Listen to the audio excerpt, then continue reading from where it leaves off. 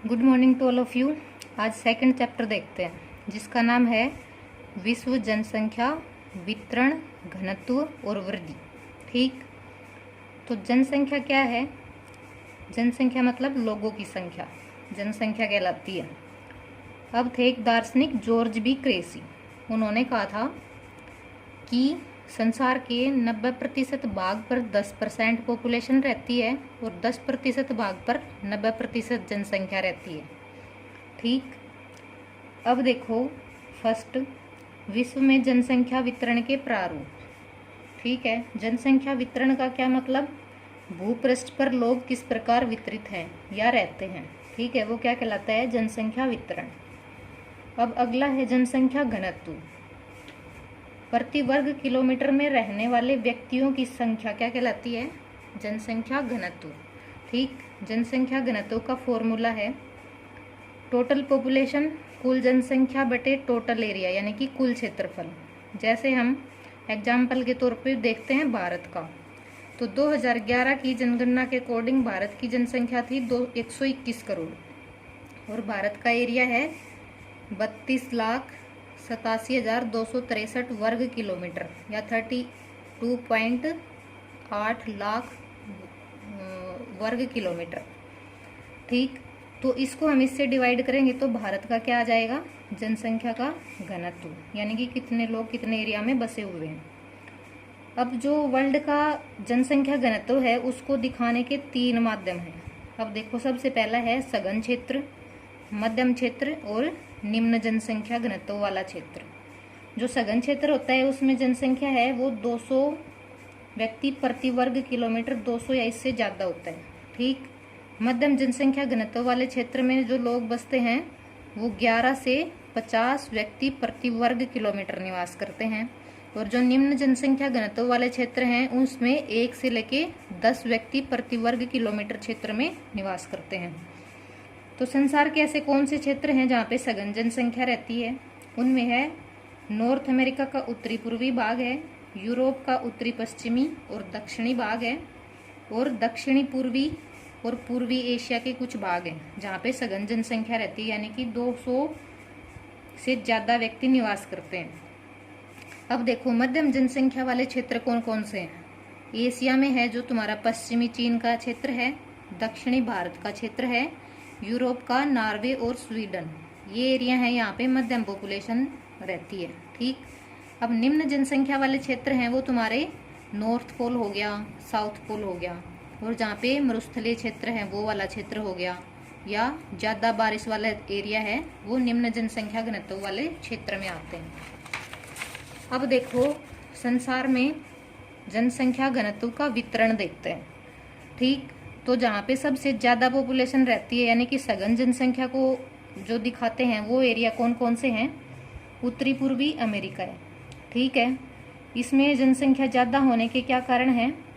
यहाँ पे औद्योगिक क्षेत्र है ये। ठीक, और यहाँ पे 5 झीलें हैं और एक नदी है जिसके कारण यहाँ पे जनसंख्या का घनत्व क्या है? ज़्यादा है।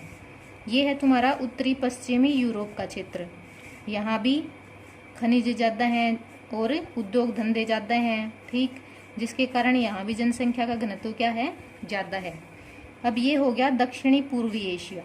ठीक है, इसमें इंडोनेशिया का क्षेत्र है जहाँ पे जनसंख्या का घनत्व ज़्यादा है, और ये हो गया चीन, दक्षिणी पूर्वी एशिया, जिसमें चीन है, भारत है, पाकिस्तान है, बांग्लादेश है, ये वाले क्षेत्र हैं, यहाँ भी सघन जनसंख्या घनत्व है। ठीक, अब दूसरा क्षेत्र देखते हैं मध्यम जनसंख्या वाला, जिसमें है 11 से 50 व्यक्ति प्रति वर्ग किलोमीटर वाला क्षेत्र। ये देखो, ये है तुम्हारा अमेरिका का मध्य जो भाग है, ये मध्यम जनसंख्या वाला एरिया है। ठीक, ऐसे ही ये वाला क्षेत्र है जो तुम्हारा जैसे ऑस्ट्रेलिया का ये जो तटीय क्षेत्र हो गए। ठीक है, यहाँ पे क्या है? तुम्हारी मध्यम जनसंख्या निवास करती है। ठीक है, ये अफ्रीका का दक्षिणी भाग हो गया, यहाँ भी मध्यम जनसंख्या निवास करती है। ठीक, तो ये हो गए मध्यम जनसंख्या वाले क्षेत्र। एक दिया है दक्षिणी भारत। दक्षिणी भारत में मध्यम जनसंख्या का क्या कारण है? क्योंकि यहाँ पे प्रायद्वीपीय पठार है। ठीक, अब तीसरा देखते हैं निम्न जनसंख्या घनत्व वाले क्षेत्र। ठीक, जहाँ पे 10 व्यक्ति प्रति वर्ग किलोमीटर से कम जनसंख्या रहती है। तो ये वाले क्षेत्र हो गए तुम्हारे जैसे कि बर्फीले क्षेत्र, ठंडे एरिया, जैसे कि तुम्हारा ये रूस वाला क्षेत्र है, जैसे साइबेरिया का ठंडा क्षेत्र है ये। यहाँ पे जनसंख्या वो क्या है, कम है। जैसे ये तुम्हारा अंटार्कटिका महाद्वीप हो गया, यहाँ भी प्रति वर्ग किलोमीटर 10 व्यक्ति या इससे भी कम पॉपुलेशन निवास करती है। ठीक है, ये तुम्हारा ऐसे ही अफ्रीका का सहारा मरुस्थल हो गया। ठीक, जहाँ पे क्या है, गर्म मरुस्थल है। ठीक है, जिसके कारण यहाँ भी जनसंख्या क्या है, कम है। भारत में ये थार का मरुस्थल है, यहाँ भी जनसंख्या क्या है, कम है।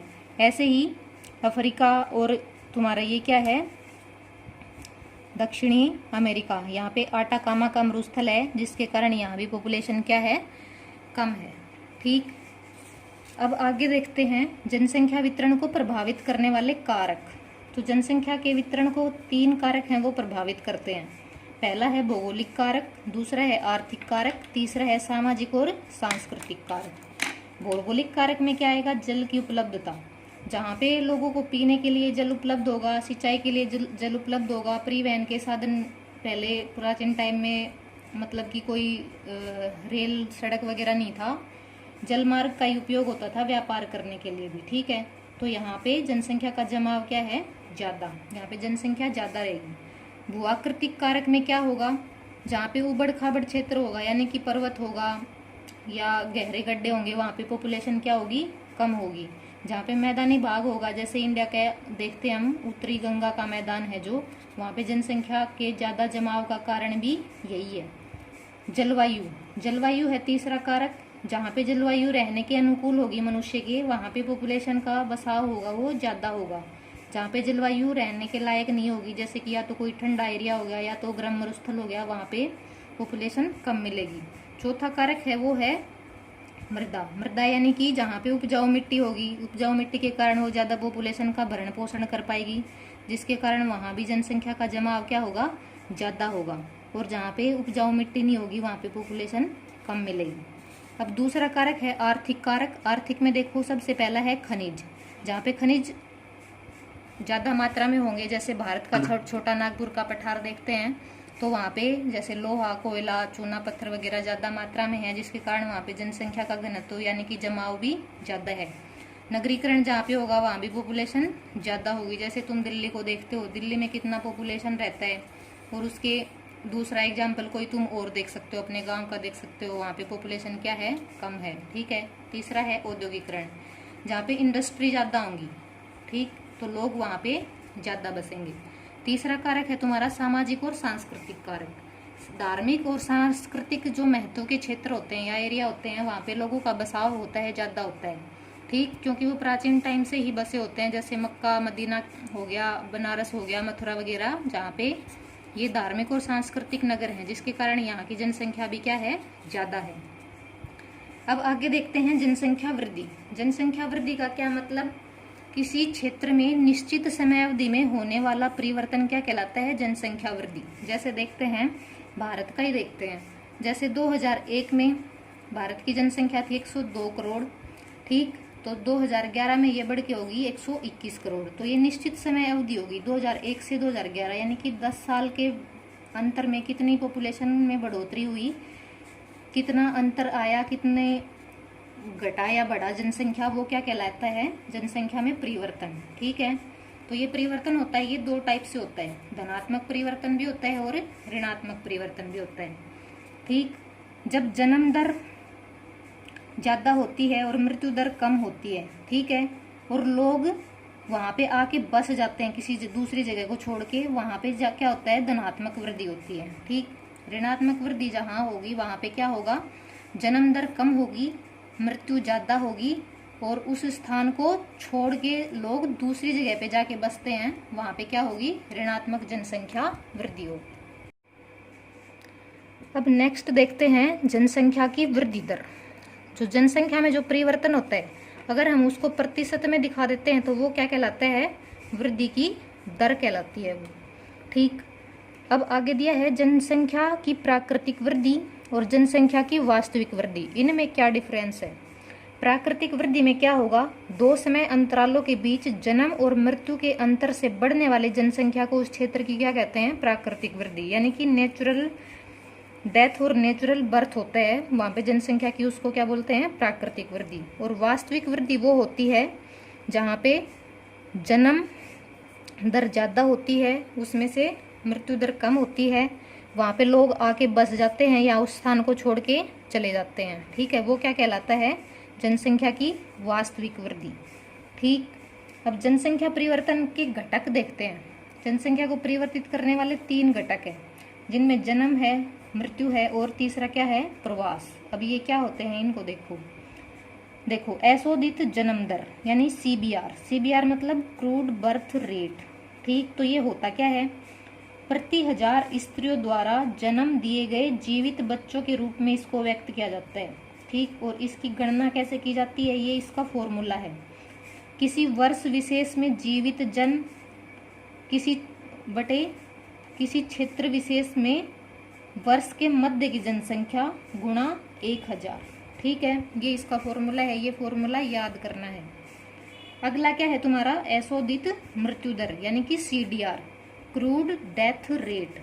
इसमें इसको कैसे परिभाषित करेंगे, किसी क्षेत्र विशेष में किसी वर्ष के दौरान प्रति 1000 जनसंख्या के पीछे मृतकों की संख्या के रूप में इसको दिखाया जाता है। इसको कैसे निकाला जाता है, इसका फॉर्मूला ये है, किसी वर्ष विशेष में मृतकों की संख्या बटे उस वर्ष के मध्य में अनुमानित जनसंख्या गुणा 1000। ठीक है, ये फॉर्मूला भी याद करना। अब आगे देखते हैं, तीसरा जो कारक है वो क्या है, प्रवास। प्रवास क्या होता है, लोगों का एक स्थान से दूसरे स्थान पे चले जाना क्या कहलाता है, प्रवास।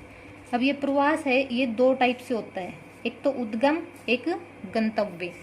उद्गम वो स्थान होता है जहाँ से लोग आते हैं और यहाँ पे जनसंख्या में क्या हो जाती है, कमी हो जाती है। ठीक है, गंतव्य वो स्थान है जहाँ पे लोग जाके बसते हैं। ठीक है, वो क्या कहलाता है, गंतव्य, और यहाँ जनसंख्या में क्या हो जाती है, वृद्धि हो जाती है। ठीक, अब ये प्रवास है, ये भी 2 प्रकार से होता है, एक तो होता है स्थायी प्रवास, एक होता है अस्थायी प्रवास या मौसमी प्रवास। ठीक है, अब ये प्रवास है, ये 4 तरह से होता है। ये गांव से गांव की ओर भी होता है, गांव से शहर की ओर होता है, शहर से शहर की ओर होता है और नगर से गांव की ओर होता है। ठीक है, भारत में जो प्रवास है वो गांव से गांव की ओर होने वाला सबसे ज़्यादा प्रवास है। इसका कारण क्या है कि शादी के बाद जो महिलाएं हैं वो एक गांव से दूसरे गांव में चली जाती हैं। ठीक, तो जिसके कारण ये भारत में सबसे ज़्यादा है। और सबसे कम ये वाला है, नगर से गांव की ओर, क्योंकि जो लोग नगर में बस चुके हैं वो गांव में कम ही लौट के जाते हैं। ठीक है, तो ये है प्रवास के 4 मतलब कि 4 तरह से ये प्रवास हो सकता है।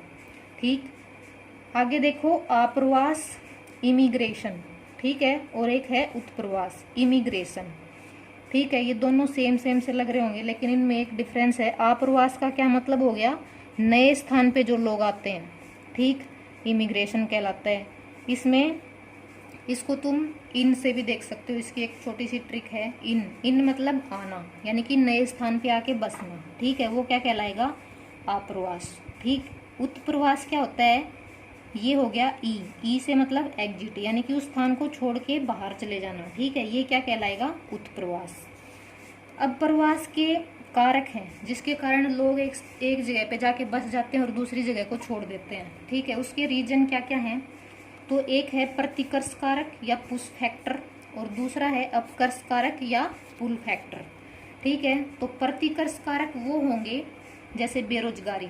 ठीक, रहन सहन की निम्न दशाएं होंगी, जहाँ पे महामारी फैलती हो, जहाँ पे राजनीतिक दंगे होते हों। ठीक है, प्रतिकूल जलवायु हो या प्राकृतिक आपदाएं आती हों, जैसे भूकंप, बाढ़, सूखा या सुनामी वगैरह आती हो, वहाँ पे लोग क्या होंगे, कम बसेंगे, कम रहेंगे। ठीक है, तो ये वहाँ की पॉपुलेशन को बाहर निकलने के लिए क्या करेंगे, विवश करेंगे। ठीक है, और वो वैसी जगह पे जाके बसना शुरू करेंगे जहाँ पे उनको ये सब चीज़ें अच्छी अवस्था में मिले। ठीक है, ये इनसे उल्टा अपकर्ष कारक, यानी कि जहाँ बेरोजगारी होगी वहाँ पे प्रतिकर्ष का कारक है और जहाँ पे काम धंधे अच्छे हैं वहाँ पे अपकर्ष के कारक, यानी कि पुल फैक्टर।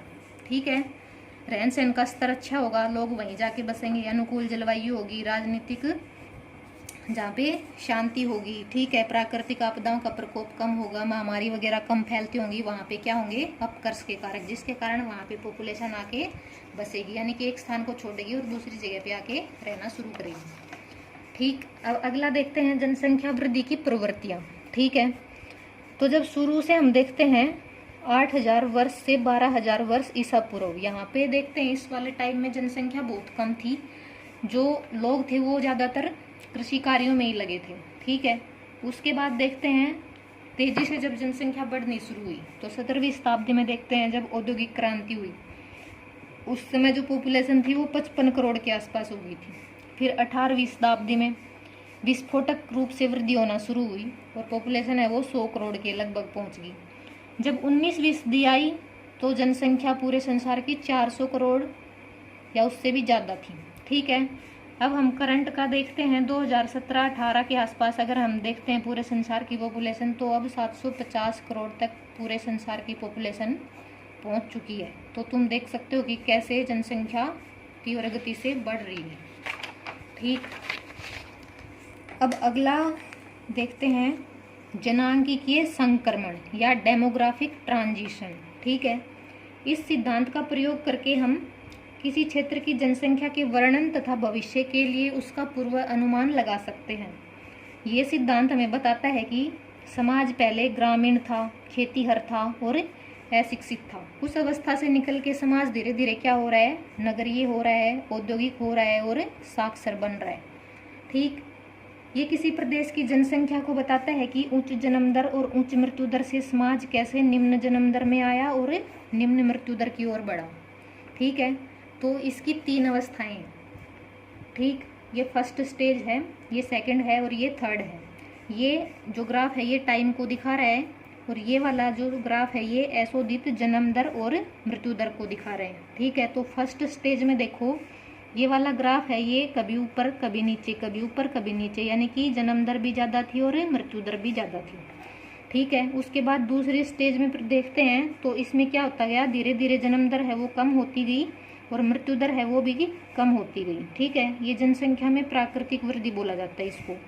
अब तीसरी स्टेज में देखते हैं, इसमें जन्म दर है वो क्या होगी, कम होगी और मृत्यु दर भी है वो भी दोनों कम हो गई, यानी कि दोनों में फिर से जो ज़्यादातर विकसित देश हैं वो इस अवस्था में जा चुके हैं। ठीक है, और अल्प विकसित देश हैं वो इस अवस्था में। ठीक, अब देखते हैं फर्स्ट स्टेज। फर्स्ट स्टेज में क्या है, उच्च जन्म दर है, उच्च मृत्यु दर है।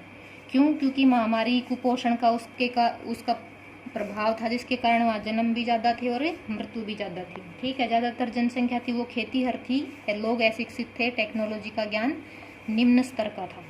ठीक है, 200 साल पहले पूरे संसार के सारे देश लगभग फर्स्ट स्टेज में ही थे। ठीक है, यानी कि जो अविकसित देश थे या अविकसित देश हैं वो अब भी इसी अवस्था में है। ठीक है, स्टेज 2 है जो तुम्हारी, उसमें शुरू में जन्म दर वो ज़्यादा रही, फिर धीरे धीरे इसमें कमी होना शुरू हुई। उसका कारण क्या था, स्वास्थ्य सुविधाओं में सुधार हो गया, टेक्नोलॉजी का विकास हो गया, खेती की जो भूखमरी वगैरह की समस्याएं थी वो कम होने शुरू हो गई। ठीक है, तो सेकंड अवस्था आई और ज़्यादातर विकासशील देश हैं वो इसी अवस्था में है।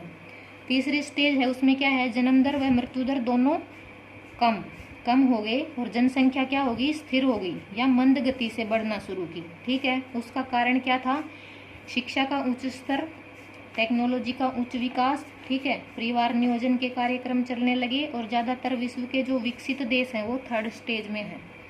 ठीक, अब जनसंख्या को नियंत्रित करने के उपाय क्या क्या हैं, तो इसमें सबसे पहले देखते हैं सरकार की योजनाएं चलती है। ठीक है, परिवार नियोजन के कार्यक्रम चलते हैं, गर्भ निरोधक की सुगम उपलब्धता होती है और प्रचार प्रसार होता है, जैसे तुम टीवी वगैरह पे ऐड वगैरह देखते हो, जिसके कारण क्या है, जनसंख्या को नियंत्रित किया जा सकता है। ठीक, तो ये तुम्हारा चैप्टर कंप्लीट हो गया। कुछ समझ में ना आए तो बताना।